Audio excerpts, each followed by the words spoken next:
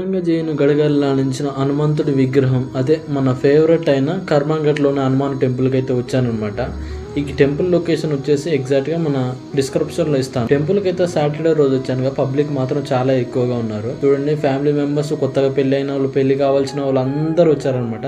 నేనైతే సింగిల్గానే వచ్చాను, అది వేరే విషయం లేదు. ఈ టెంపుల్ నాకు ఎప్పటి నుంచో ఎంతో ఫేవరెట్ అనమాట. ఎందుకంటే నా పేరు కూడా ఆంజనేయులే కాబట్టి బ్లాగ్ షూట్ చేసిన కాంచి మనం అంతకుముందు కూడా ఎప్పుడు అప్లోడ్ చేయలేదన్నమాట. దీనికోసం ఫస్ట్ టైం అయితే లోపలికి వచ్చేసి అన్ని టెంపుల్ ఆల్మోస్ట్ దర్శనం చేసుకున్నాను. ఇప్పుడైతే హనుమంతుని విగ్రహం దర్శనం చేసుకున్నాను. లైన్లో నిల్చున్నాను అనమాట. సాటర్డే కదా, పబ్లిక్ మాత్రం చాలా ఎక్కువనే ఉంది. ఫైనల్ గా లోపలికి అయితే ఫోన్స్ అలౌ చేయలేదు, వీడియోస్ ఫొటోస్ తీసుకోవడానికి. నా దర్శనం అయితే అయిపోయిన తర్వాత కంప్లీట్ చేసుకుని బయటకి అయితే వచ్చేసాను. ఇక్కడ చూసినట్టయితే నాగదేవత దగ్గర కొబ్బరికాయ కొడతారు అనమాట అందరూ. లోపల చూసినట్టయితే హనుమంతుల వారి దగ్గర కొబ్బరికాయ కొట్టడానికి పర్మిషన్ అయితే ఉండదు అనమాట.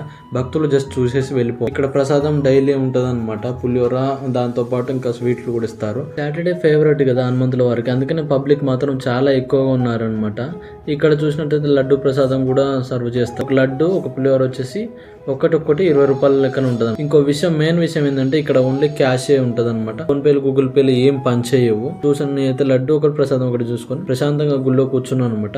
చాలా మంది ఇక్కడ కూర్చొని సేవ తీసుకుంటారు. మనసుకు మాత్రం చాలా ప్రశాంతంగా అనిపిస్తుంది. ఔరంగజేయు అన్ని గుళ్ళని కదిలించి ధ్వంసం చేసిన తర్వాత ఈ గుడి దగ్గరికి రాగానే ఆయనకు ఒక వాయిస్ వినపడ్డది అనమాట.